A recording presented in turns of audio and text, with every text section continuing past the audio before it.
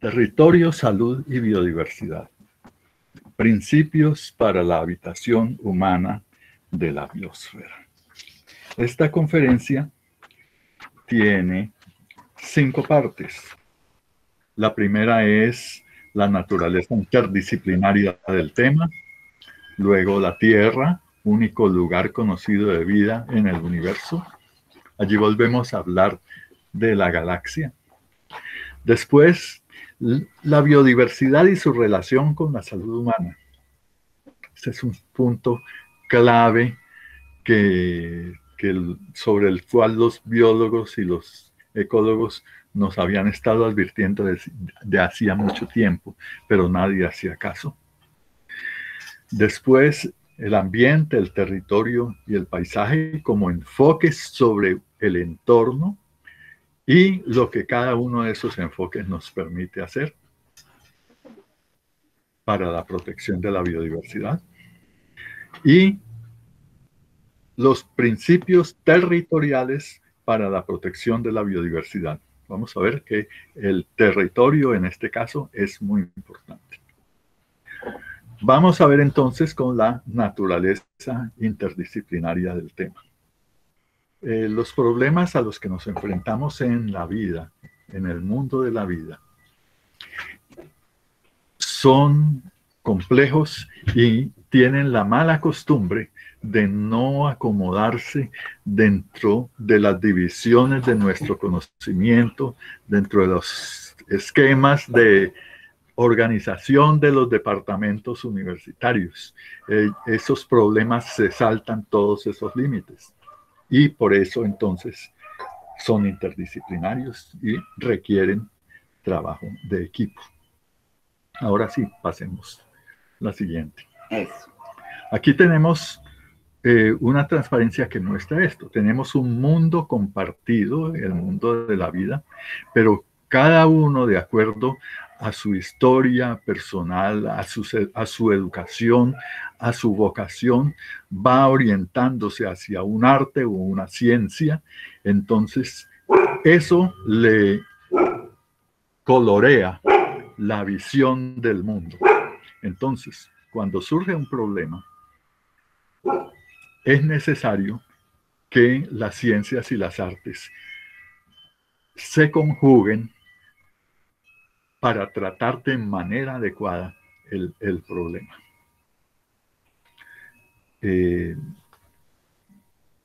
Esto requiere ciertas condiciones. No podemos mantenernos dentro de los límites que nos hemos dado, los límites de nuestra ciencia o de nuestro arte. Hay que hacer un desborde hacia otros campos, que son los campos pertinentes. Avancemos.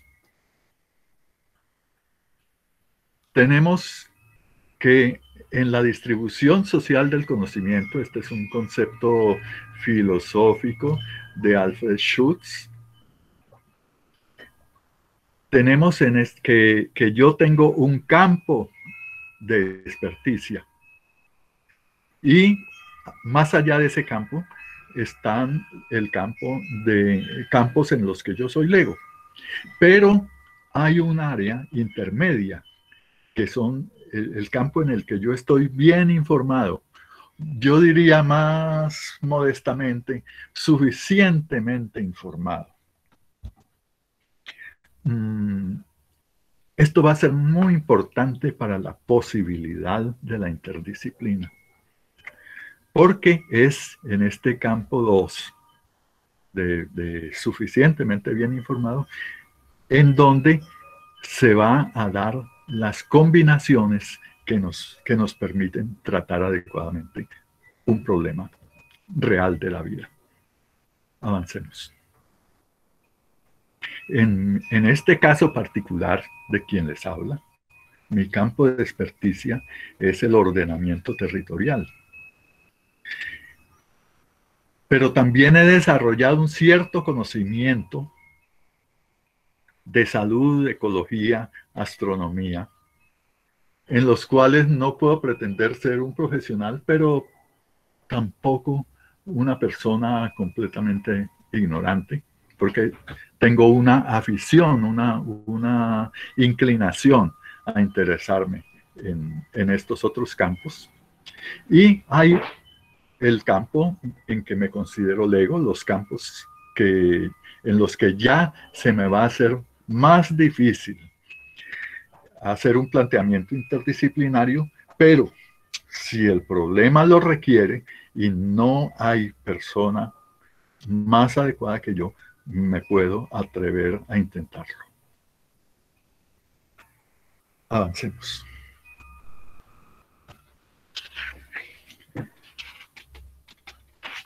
Aquí vemos entonces cómo se va a ir generando. Esto es como una semilla de la mente compuesta. La mente compuesta, este es un concepto de un profesor mío muy querido que difícilmente escribió nada, pero es una mente conformada por una serie de personas, de especialistas, de pensadores que juntos se hacen capaces de tratar un problema interdisciplinario. Entonces, aquí el gráfico muestra a tres expertos, A, B y C, cada uno con su campo de experticia, y este campo de experticia lo contribuyen hacia un área de trabajo común generada por los tres, para lo cual tienen que hacer unas cuantas cosas. Por una parte, tienen que dejar de lado la facilidad de hablar en su propio idioma y hacer una traducción para que los otros que no son expertos en su campo lo entiendan. Es decir, hace una traducción de su jerga a otro lenguaje en el que va a entenderse con los otros expertos. Y también, por otra parte, tiene que atreverse a hablar de cosas que no conoce muy bien en frente de personas que sí la conocen muy bien. Eso es los requisitos de lenguaje y de actitud para poder trabajar en el área interdisciplinaria que está contribuyendo a generar con los otros expertos. Avancemos una diapositiva. Aquí entonces vamos a tratar el tema de territorio, salud y biodiversidad, un tema interdisciplinario, a partir de conceptos del ordenamiento territorial, en los que soy experto y que manejo, digamos, profesionalmente, y otros de ecología, de salud ambiental e incluso de astronomía, que conozco, no en modo profesional. Con eso, entonces, estoy abriendo la posibilidad de generar un ámbito de trabajo en este tema interdisciplinario. Hagámoslo entonces, avancemos. La segunda parte trata del lugar de la Tierra en el universo. ¿Dónde estamos? Aquí tenemos la imagen de la Tierra, búsquenla. a 6 millones de kilómetros de distancia desde el Voyager 1 del 14 de febrero de 1990. Allí Kevin los ubicó con el cursor.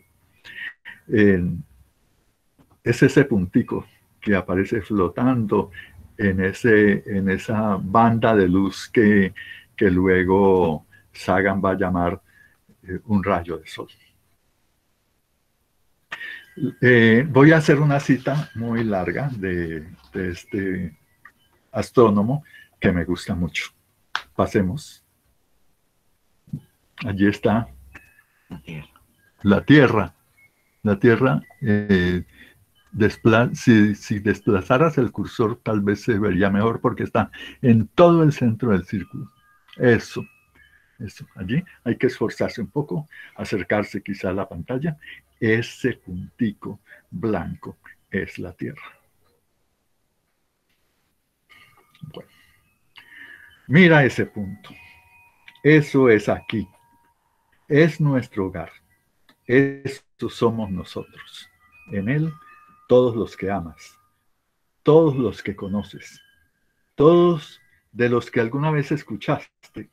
Cada ser humano que ha existido vivió su vida, la suma de todas nuestras alegrías y sufrimientos.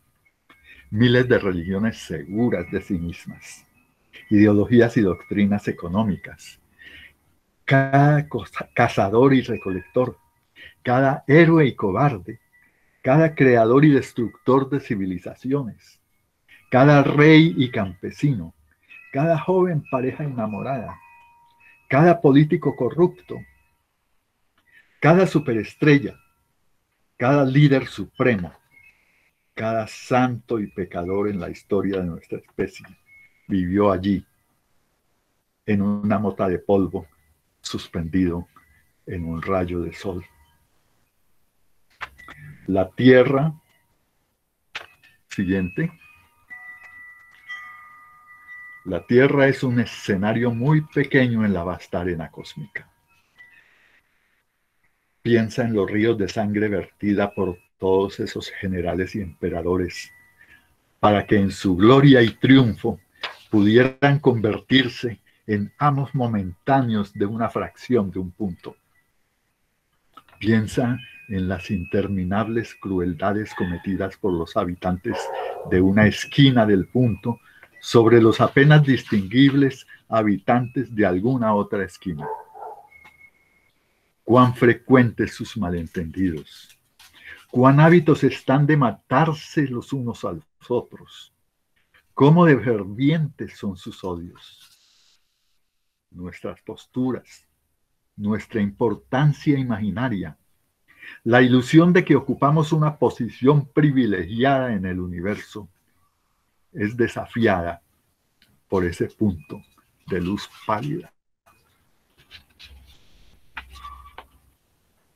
Nuestro planeta es una solitaria mancha en la gran y envolvente penumbra cósmica.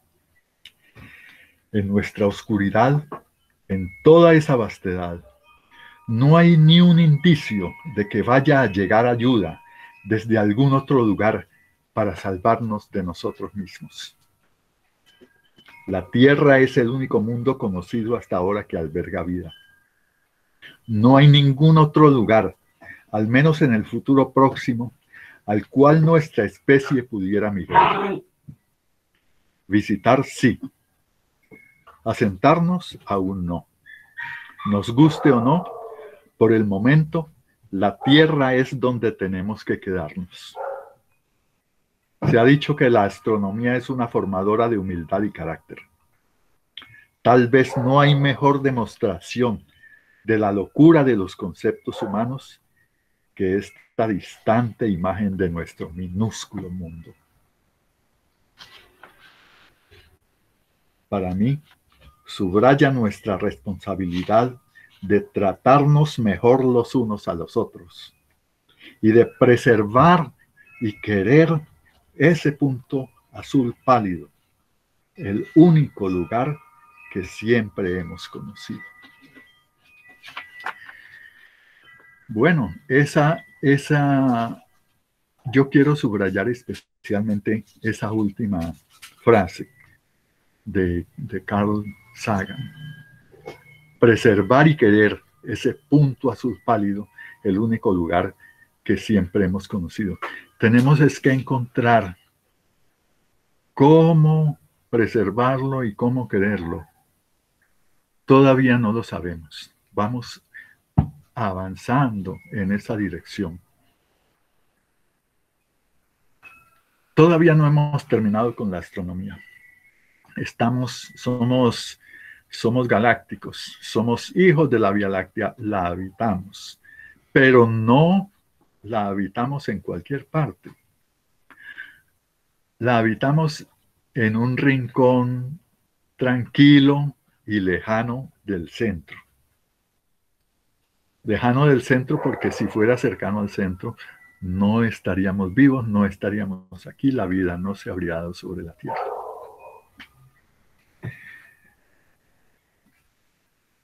La energía, solo de vez en cuando tenemos que temer el choque de algún asteroide sobre la Tierra. La energía que nos llega es la precisa para la vida.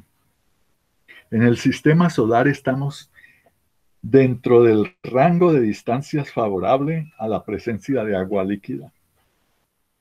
Ni tan cerca que se evaporaría, ni tan lejos que se congelaría completamente. En Venus, todo es vapor en la atmósfera, no hay agua líquida. Y después de Marte, tampoco hay agua líquida porque si hay agua se congela. Nuestro planeta es rocoso y tiene el tamaño necesario para conservar por gravedad esa capa de agua y de aire que hace posible la vida. Una capa cuya masa, por comparación con la rocosa, es muy pequeña. Pasemos a la próxima. Ahí tenemos una comparación entre la masa rocosa de la Tierra y la masa del agua.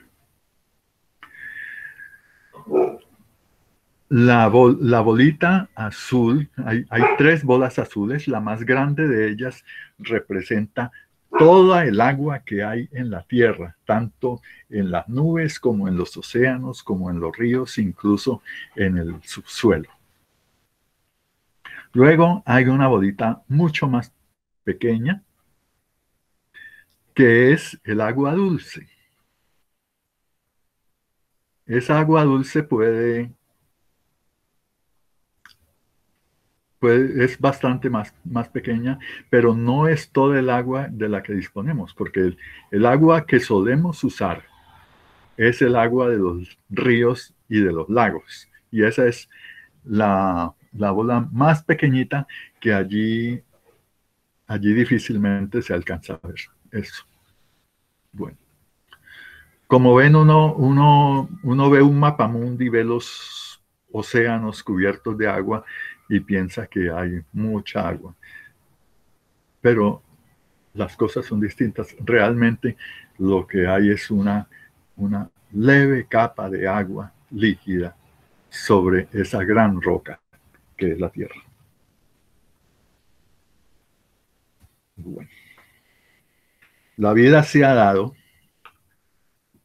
y evolucionado en forma de muchas y muy distintas maneras que mantienen un equilibrio dinámico entre sí y con el entorno de aire y de agua. Esas maneras de la vida van desde los virus y bacterias hasta las más complejas especies, incluido el ser humano. Somos, como dijo Carl Sagan, un pálido punto azul en el universo.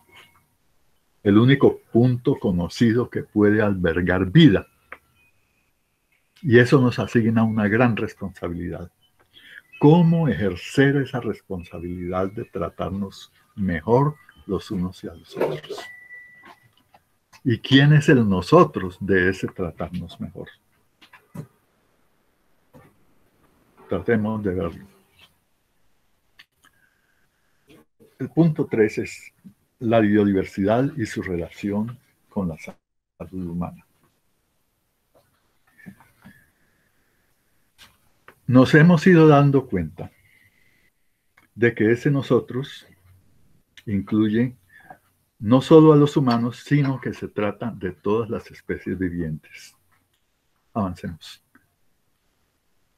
Nosotros somos todos los seres vivientes. Y ha sido, debemos darnos cuenta entonces de la importancia crucial de la biodiversidad en la conservación de un ambiente saludable. Ha sido la concentración de los virus en unas pocas especies, propiciada por el empobrecimiento de la biodiversidad a través de los cambios de uso del territorio y las tecnologías, lo que ha provocado a través del salto entre especies el surgimiento de las pandemias en la especie humana. La biodiversidad nos protege de la zoonosis. Las zoonosis son las enfermedades emergentes producidas por animales o adquiridas a través de animales. Pero ¿de qué manera nos protege la biodiversidad? ¿Cuáles son sus modos de protegernos? Hay 3 modos. Bien. La siguiente, sí. La primera, el control poblacional. Las diferentes especies se controlan sus números, controlándose unas a otras, porque son predadoras entonces hay un equilibrio que se da entre sus números. No puede haber una explosión demográfica en un entorno biodiverso.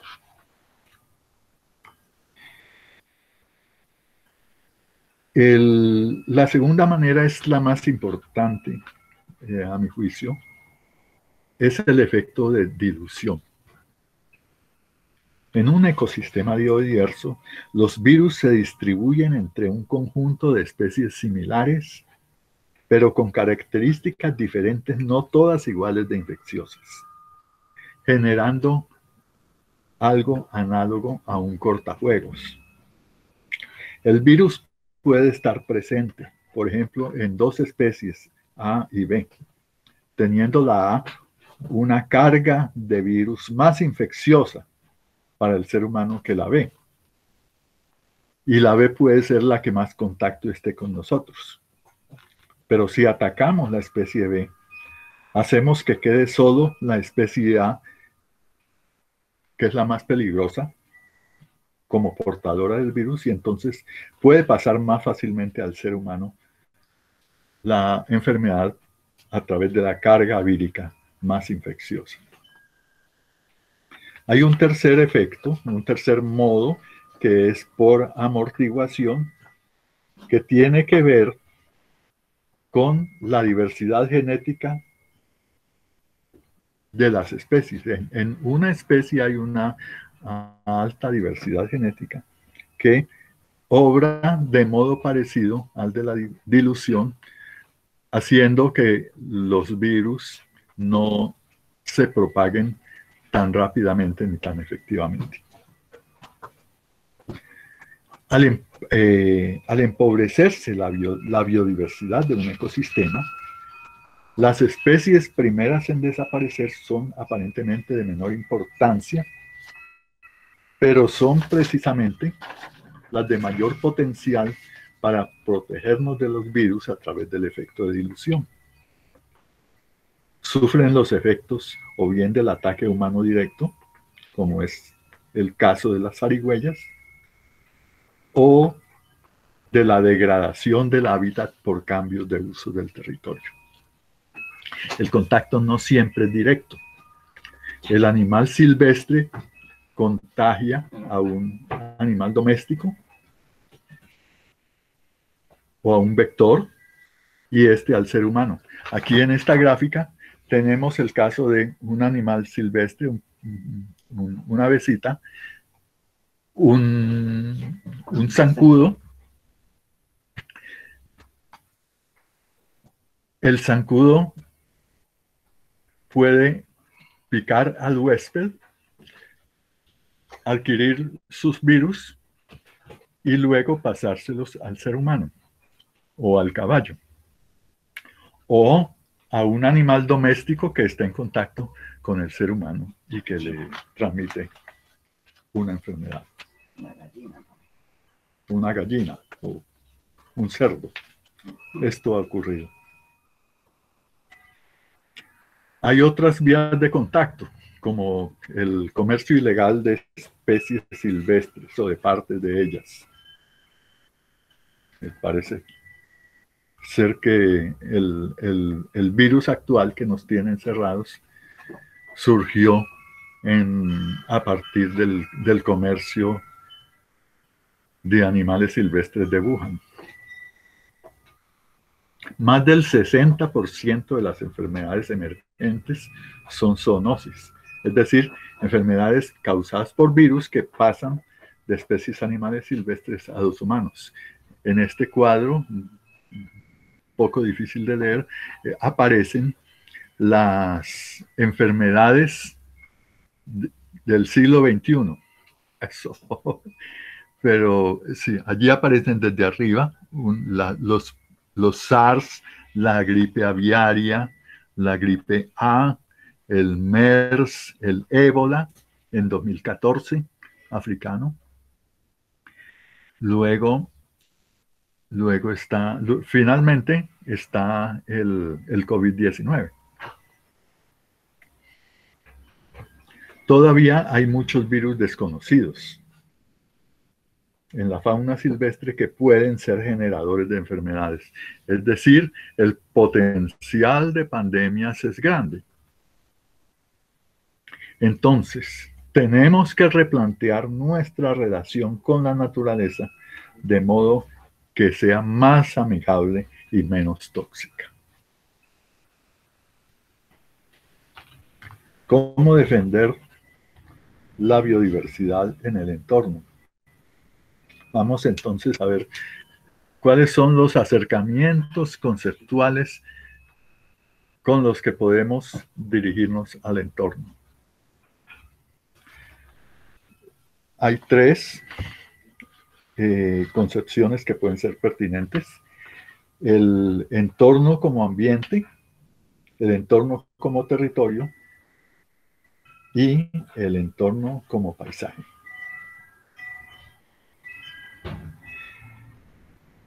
La primera que consideramos es el ambiente. El ambiente es compartido, es fluido. No podemos decir que termina aquí, sino que el ambiente sigue más allá. La pandemia es un problema ambiental. Si vamos a considerar el ambiente, estamos acostumbrados a considerar el ambiente como algo que tiene que ver sobre todo con contaminación del agua, contaminación del aire, incluso contaminación del suelo. Pero estos acercamientos tendrían que ampliarse, volverse más finos para incluir a los virus y bacterias.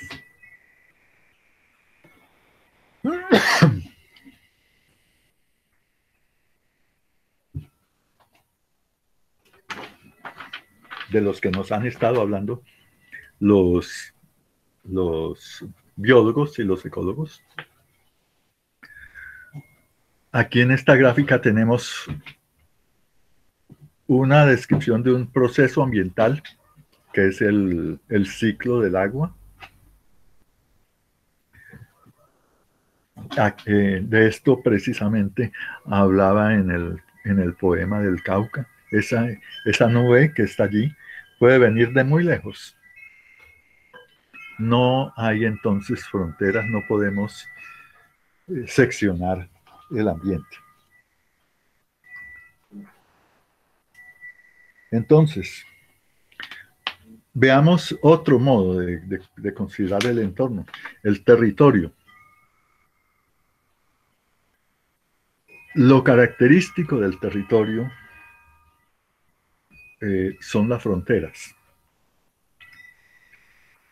Trazamos fronteras para convertir en el ambiente, para convertir ese entorno en territorio. Nosotros somos muy dados a esto, no solamente nosotros. Hay una ventaja de la concepción territorial, y es que nos sirve para dosificar la acción sobre el entorno. Nos asignamos a un territorio, lo definimos como el campo en el que vamos a actuar, instituimos una autoridad que ejerce control sobre él. Es nuestro territorio, los otros no lo son. Procuramos responder por ese territorio. Tanto la administración de las medidas de acción sobre la pandemia, como esta del ejemplo en el gráfico, como su medición estadística, se hacen según esos territorios, ya sea a escala de naciones o de divisiones dentro de ellos, provincias, estados, departamentos. Sin embargo, sea el territorio que consideremos, el que sea, es parte de un conjunto de territorios a través de los cuales ocurre la pandemia. Es decir, la concepción territorial hace necesaria la consideración de la coordinación entre territorios, tanto a nivel de estado a estado, digamos, en el nivel en que se dan en el mundo, con la OMS, por ejemplo, o la coordinación entre el gobierno nacional y los gobiernos locales, departamentales. Esa concepción del territorio entonces es importante, pero también va a tener otra importancia, que es la del estudio de la localidad. Esa es una concepción adicional. Cuando yo estudio, por ejemplo, los suelos de un territorio, también trazo allí trazo fronteras para delimitar los mejores suelos, hago una serie gradada de calidades de suelos, y entonces delimito las fronteras entre esas clases de suelos. Ese es un manejo, una concepción territorial muy importante. Otra concepción es la concepción de paisaje. En el caso de la pandemia, la concepción del paisaje es una concepción negada. Es decir, la pandemia me convierte los paisajes que son... El paisaje es una concepción muy afectiva y muy de sensibilidad. Entonces, los paisajes que amo, la pandemia me los prohíbe. Vamos a recuperar después, al final, la dimensión de paisaje, pero por lo pronto eso es lo que tenemos que decir. El vínculo entre la salud humana y la biodiversidad era algo que no teníamos claro y que muchos no tienen claro todavía. Los que lo han estudiado, evidentemente, lo tienen muy claro. Los biólogos y los ecólogos nos pueden hablar mucho de eso.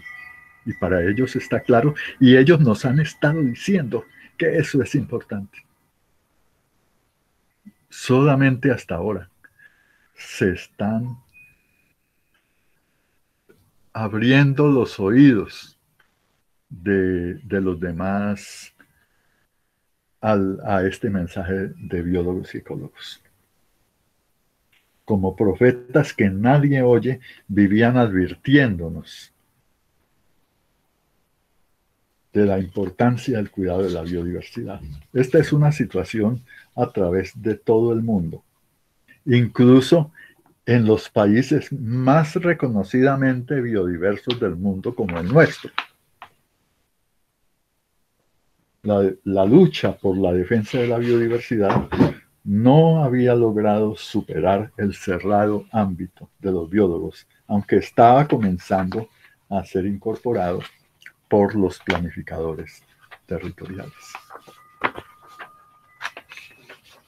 Entremos a ver unos principios territoriales para la protección de la biodiversidad.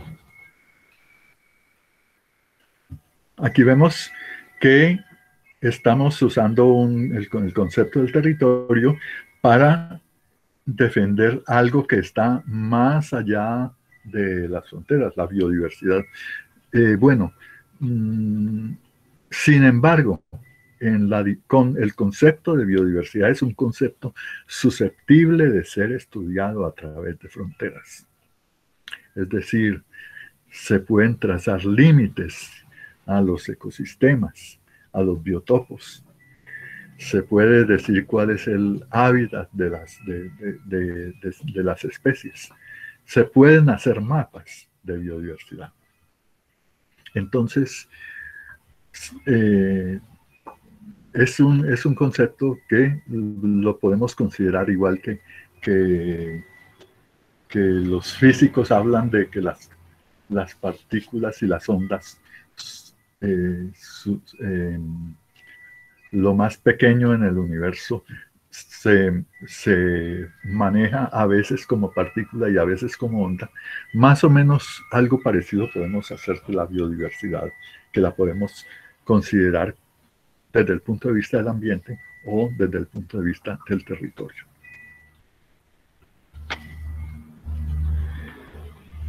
El Programa de las Naciones Unidas para el Medio Ambiente, el PNUMA, identifica el cambio de uso de la tierra como un factor determinante en la aparición de nuevas zoonoses. La deforestación para usos ganaderos o agrícolas empobrece la biodiversidad y abre la puerta al contacto con los virus. Es un problema eminentemente territorial. Como ven ustedes allí, se ven las fronteras entre esa plantación de palma de aceite y la selva. Estamos en un trance de esos. Y aquí viene, casi que se puede decir, estamos en un momento histórico, que se pueden caracterizar como demandantes de un cambio tecnológico, ya que las tecnologías que estamos usando actualmente son insostenibles. Todas nuestras tecnologías deben ser puestas en cuestión frente al papel de guardianes de la vida que nos corresponde asumir como humanidad. Dos grandes críticos de nuestra civilización, el biólogo y planificador regional Patrick Geddes, escocés, y el escritor Lewis Mumford, estadounidense, llamaron a este trance, al comienzo del siglo XX, el paso del paleotécnico al neotécnico. Es decir, debemos abandonar las tecnologías antiguas y descubrir, generar, crear unas nuevas, bajo el principio de la amistad con todas las especies vivientes, del cuidado de la biodiversidad.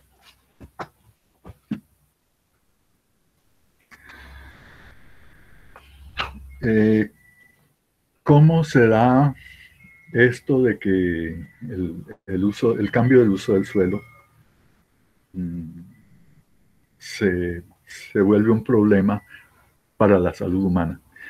En primer lugar, se trata de incorporar el territorio a la economía, ya sea por colonización agrícola o por explotación minera, por urbanización también. Se genera un empobrecimiento de la biodiversidad, con la consecuente proliferación de especies silvestres patógenas. Las especies que sobreviven son aquellas pocas que tienen capacidad de adaptación para pasar de vivir en un entorno biodiverso como la selva a un entorno de biodiversidad muy pobre como el de una plantación agrícola. De allí, los patógenos saltan a las especies domésticas o a otros vectores y se transmiten al hombre, al ser humano.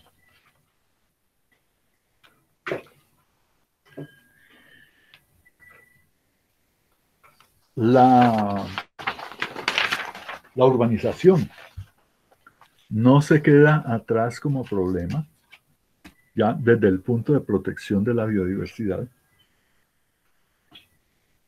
porque conlleva una ruptura de los ecosistemas naturales. Entonces, la crisis actual nos debe llevar a una reconsideración de nuestras actividades económicas y de las tecnologías que empleamos en ellas, de modo que no se constituyan en amenazas a la biodiversidad. Voy a señalar a partir de aquí ciertas áreas de trabajo en las que se tiene que llevar a cabo esta búsqueda de nuevos modelos y de nuevas tecnologías. En primer lugar, hay que comenzar por alguna parte. ¿Cómo planificamos, construimos y habitamos nuestras ciudades? Ante la necesidad de proteger la biodiversidad, nuestras áreas urbanas no pueden seguir siendo grandes extensiones ininterrumpidas de materiales inertes, de asfalto, concreto, vidrio y acero. Tendríamos que fragmentar esas grandes extensiones en pequeñas islas rodeadas de espacio natural. Las regiones fisiográficas que habitamos tienen una estructura que puede ayudar a lograrlo.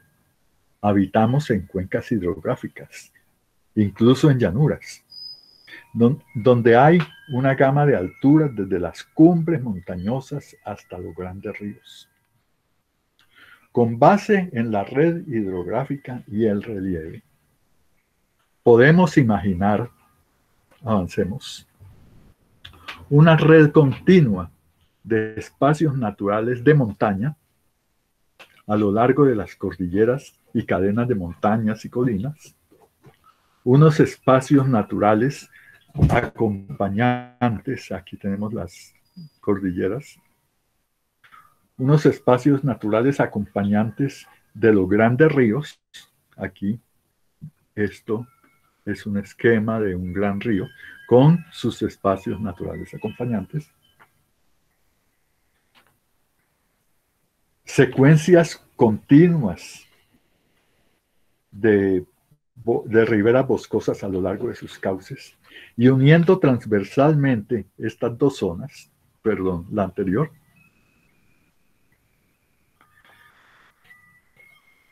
uniendo transversalmente estas dos zonas, la del espacio natural de montaña, acá, y la de las riberas de los grandes ríos, secuencias a lo largo de sus afluentes. Entonces tenemos aquí que si hay una especie de, pongamos del caso un animal que no vuele, una lagartija, se puede si tenemos este sistema, se puede trasladar sin dificultades al gran río en la llanura y devolverse a la montaña. No tiene la continuidad del ecosistema suficiente para que lo pueda hacer. Si se trata de la orilla del océano, sí, ahora sí avancemos con la otra, se puede hacer lo mismo.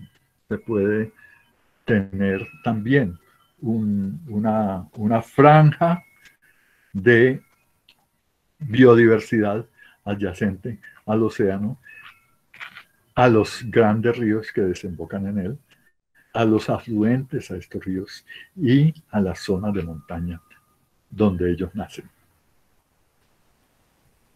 Las actividades humanas, tanto agrícolas como urbanas, se pueden ubicar en los intersticios que quedan de esa red.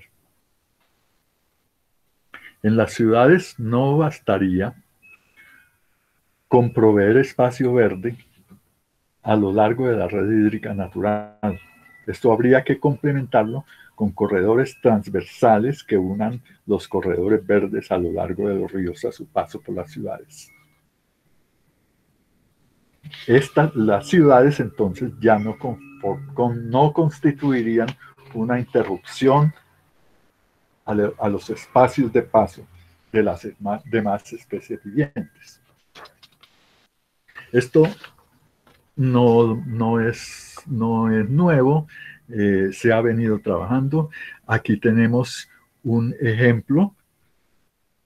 Esta es una propuesta para la ciudad de Cali, una propuesta que fue ganadora en un concurso sobre los corredores ambientales urbanos, donde se partía del principio que acabo de plantear a buscar su concreción en el caso de nuestra ciudad de Cali.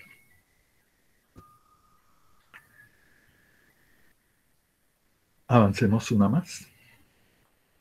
Aquí tenemos una perspectiva y entonces aquí se ve esa continuidad que les mencionaba, que le permite a un animal silvestre venir desde los farallones y seguir incluso a través del área adyacente al río Cauca. Avancemos. Hay otra necesidad humana importante, la de recreación. Esa es una necesidad muy compatible con la defensa de la biodiversidad. Casi que es la recreación, es lo que nos permite ir al encuentro con las demás especies vivientes. También es recreación. ¿Por qué? Porque a través de ese ejercicio de reencuentro con la vida de otras especies, como recuperamos nuestra energía y nuestro equilibrio, nuestro balance, para volver al trabajo de la cultura. Entonces allí nos encontramos con la biodiversidad. Hay que saberlo hacer. En algunos casos se pueden tener dificultades con ciertos tipos de recreación, pero hay otros en donde es fácil establecer el vínculo entre recreación y biodiversidad. Pasemos a la agricultura. También el cómo cultivamos la tierra, cómo hacemos uso del territorio para la agricultura, cuáles tecnologías usamos. También en la ganadería. Es algo que afecta, puede afectar la biodiversidad.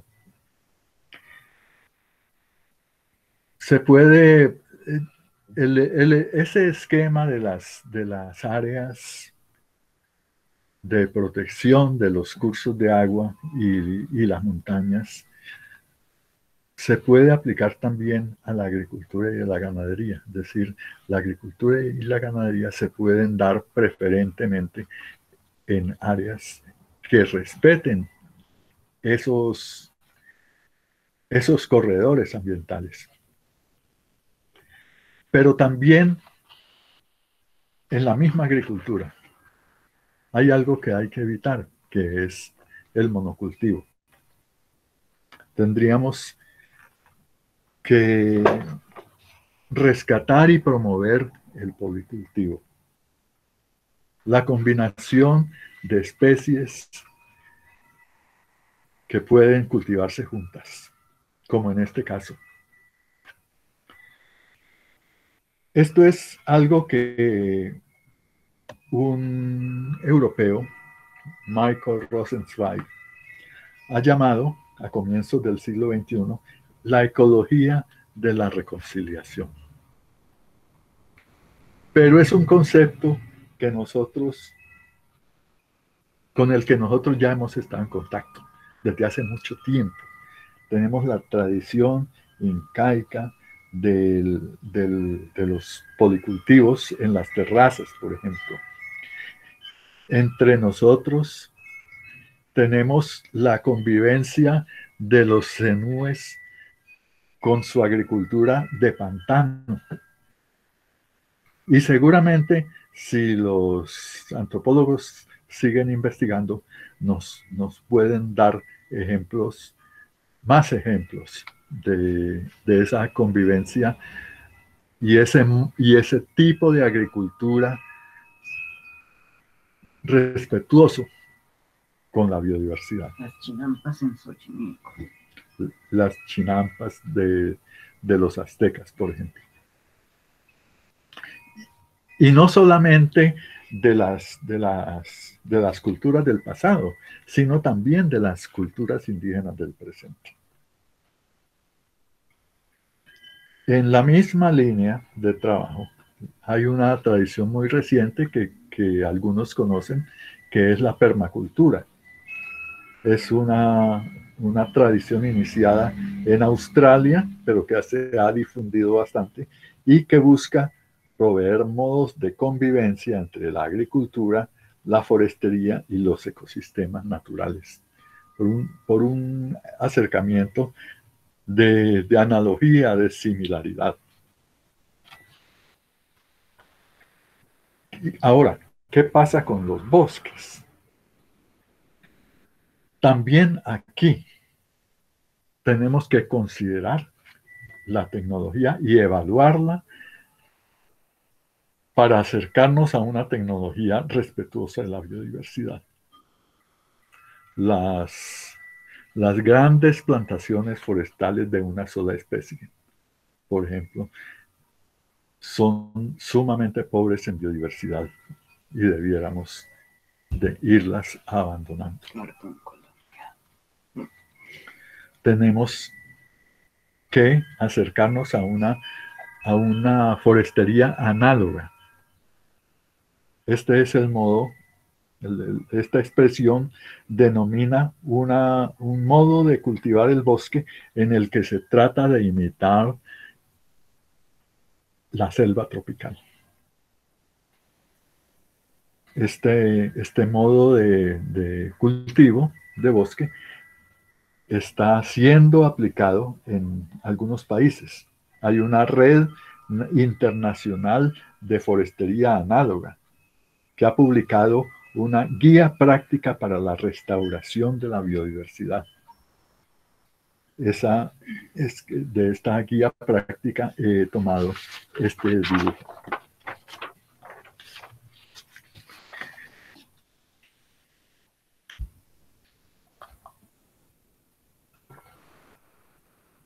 En Colombia también se está intentando hacer una experiencia parecida, promovida por el Ministerio del Ambiente y Desarrollo Sostenible, con el nombre de forestería comunitaria. Veamos esto. Forestería comunitaria para la conectividad de la biodiversidad. Este es un ejercicio muy similar al de la forestería análoga.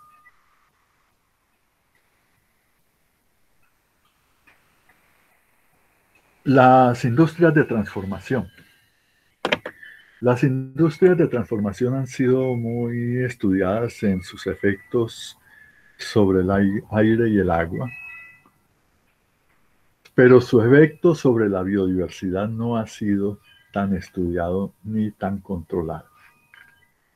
Aquí claramente las industrias de base agropecuaria son muy pertinentes.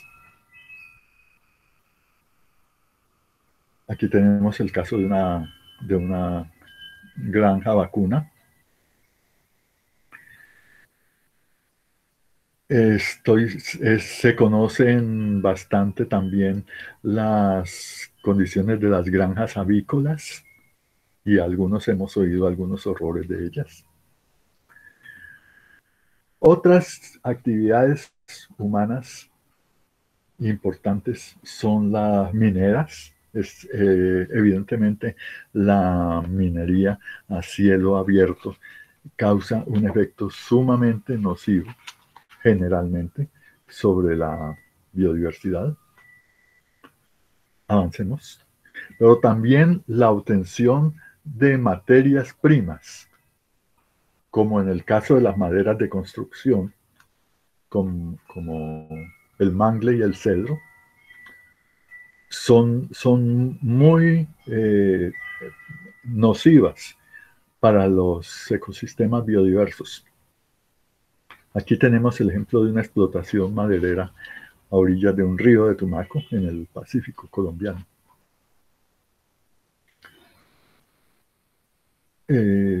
Aquí tenemos de nuevo otro ejemplo de agresión a la biodiversidad por una actividad minera. En todas estas actividades tenemos que buscar nuevos modelos respetuosos de la biodiversidad. Hoy está muy acelerado, Kevin. Damos marcha atrás. Esto. Otra área de trabajo es el mar y los lagos. Cómo cultivar el mar para proteger su biodiversidad. También aquí hay mucho trabajo por hacer. Y es un tema urgente, porque las tecnologías actuales están depredando terriblemente los recursos marinos del planeta a una escala devastadora.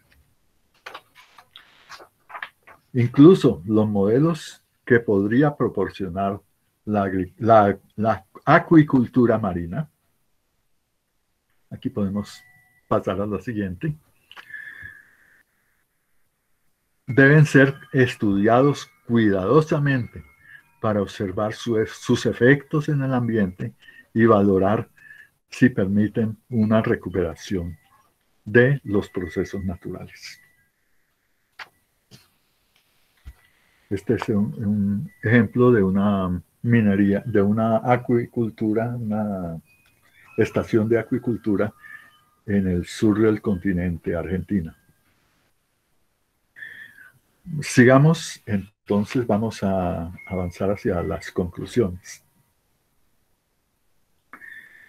Tenemos un trabajo muy duro por delante. Como pueden ustedes ver, hay mucho que cambiar en las tecnologías que utilizamos en general en nuestras actividades de ocupación de la tierra.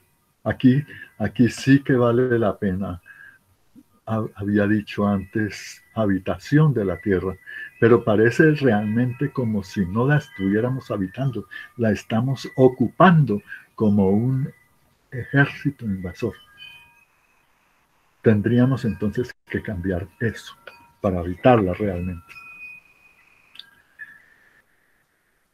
Aquí tenemos algunas de las actividades mencionadas de agresión a la biodiversidad y, consecuentemente, de surgimiento de zoonosis, la deforestación y el cambio de uso del suelo, la agricultura y la ganadería intensivas,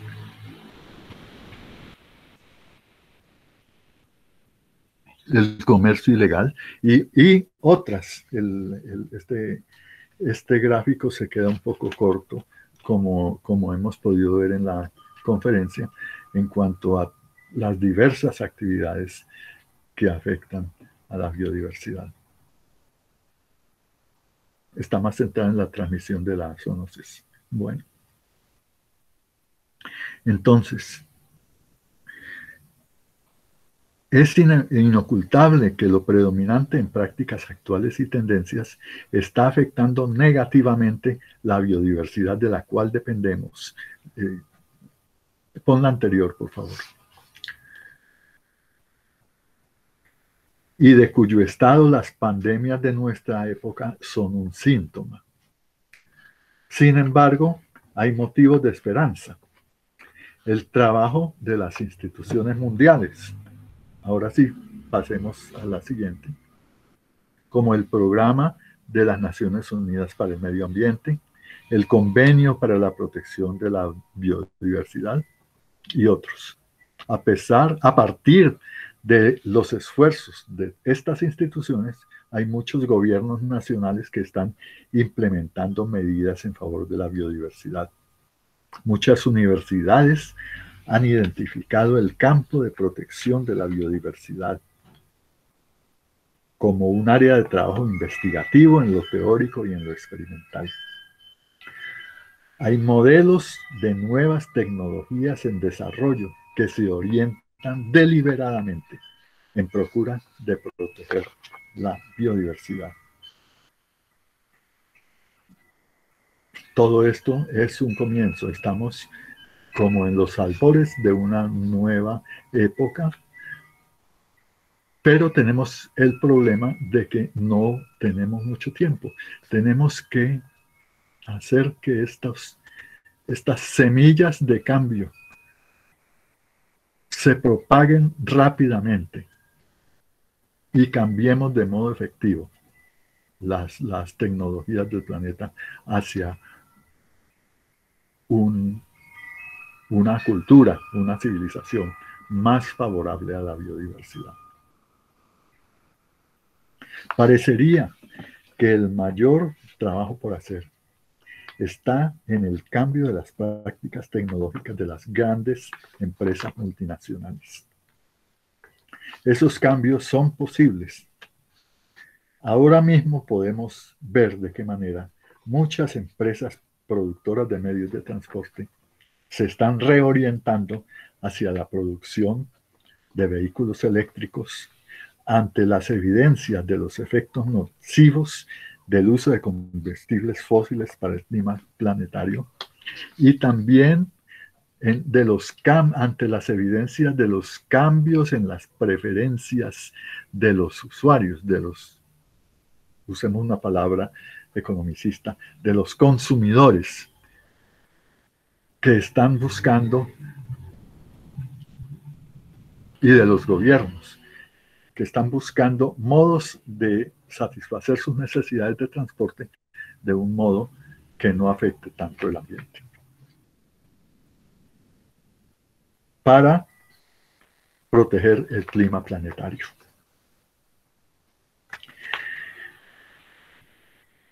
Pasemos a la siguiente. En particular, nuestro país, Colombia, por su condición privilegiada de riqueza en biodiversidad, tiene una responsabilidad especial. Colombia es, dicen, el país más rico en aves del mundo. Esto no se debe al trabajo protector de nosotros, los colombianos. Se debe a que vivimos en un continente, el único continente que va de una región ártica a la otra. A ver, del Ártico al Antártico. Yo lo llamo el continente meridiano. Y en medio de ese continente meridiano, que tiene una gran masa continental al norte y una gran masa continental al sur, unidas por un puente de tierra, en medio, a la llegada del puente de tierra a la gran masa continental del sur, está Colombia como estación de descanso crucial para las aves migratorias. Es decir, esa es la razón de que seamos el país más rico en aves del mundo. Tenemos unos dones entonces de la geografía, que estamos en el área, en la zona tropical también, que nos hacen ricos en biodiversidad. Dada esa riqueza, debiéramos constituirnos en líderes mundiales de la protección de la biodiversidad. No estamos inermes en ese sentido. Tenemos tradiciones y logros en que apoyarnos y que desarrollar. Siguiente.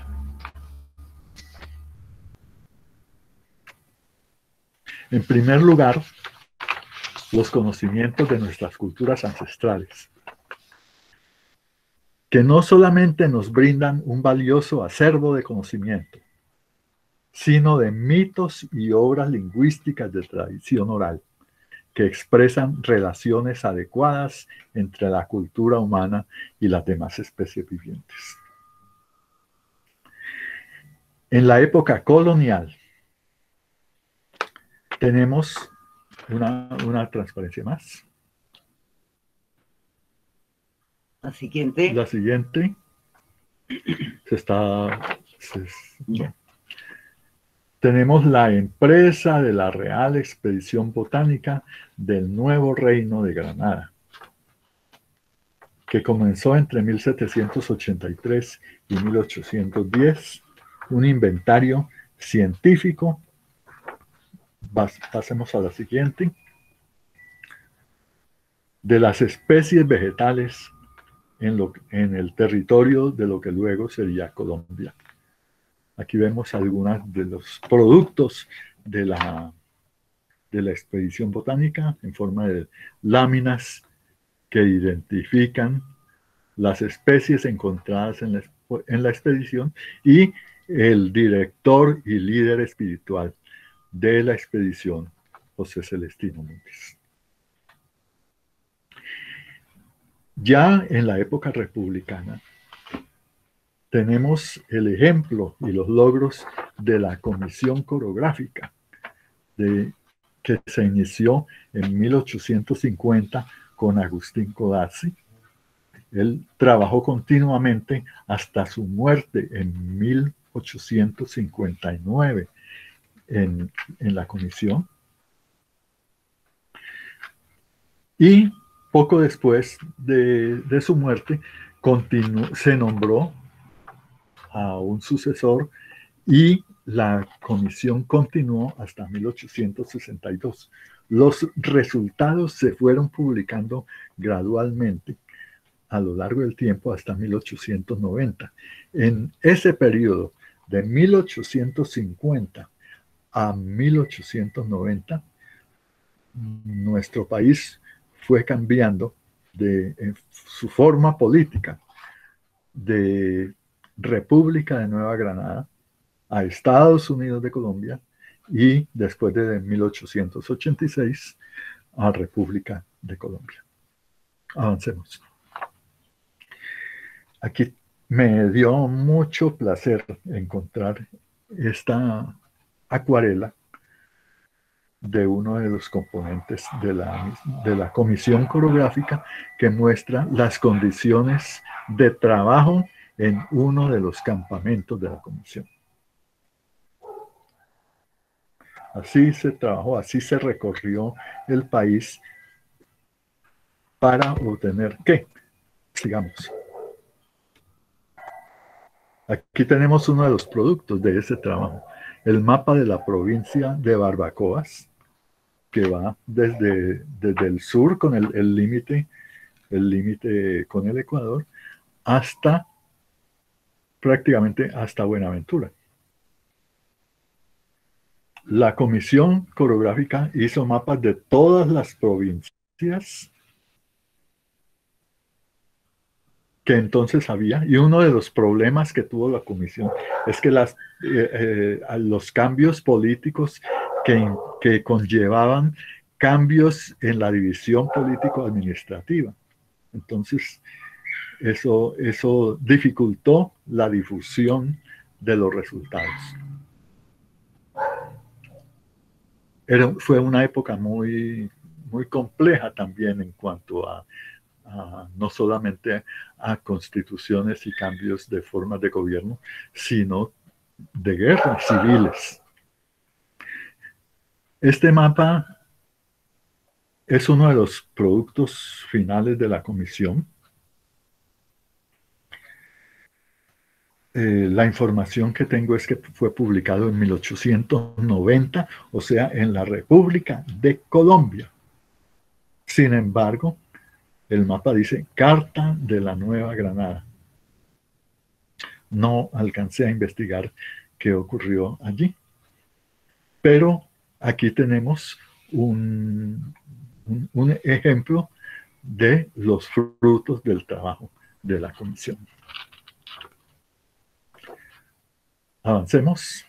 Ya en el siglo, a partir del siglo XX y en el siglo XXI, tenemos un conjunto muy rico de instituciones nacionales y regionales, de las cuales podemos recordar el Instituto Agustín Codazzi, el Ministerio del Ambiente, el Sistema de Información Ambiental de Colombia, institutos científicos como el Humboldt, el SINCHI, el Instituto Científico del Pacífico, y en lo regional las corporaciones autónomas, además de otras entidades que se pueden involucrar en un proyecto de protección y uso de la biodiversidad, como los gremios, las organizaciones comunitarias de base, las universidades que tendrían que hacer un fuerte papel de investigación. Nos hace falta plantearnos, entonces, en este momento crucial de viraje que nos ofrece nuestro tiempo, un propósito nacional. Avancemos. Una deliberada decisión sostenida de constituir el país como una potencia mundial en la administración de esa convivencia en la biodiversidad que el mundo está requiriendo. En cuanto a la biodiversidad natural, ya somos, sin ningún esfuerzo, simplemente por los dones de nuestra localización sobre el planeta, una potencia. Pero para ser líderes ejemplares en el manejo sostenible de esa biodiversidad, hace falta que nos propongamos serlo y que trabajemos para lograrlo. Hay otros países, como Costa Rica, que parecieran haber comenzado ya a recorrer un camino parecido. Pero las condiciones de nuestro territorio son mucho más generosas. Y es asunto de que decidamos crear entre nosotros una cultura de convivencia en la biodiversidad. Nos hace falta entonces una política de Estado que se mantenga a través de la sucesión de gobiernos y que convierta a la protección de la biodiversidad en un proyecto de nación. Muchas gracias.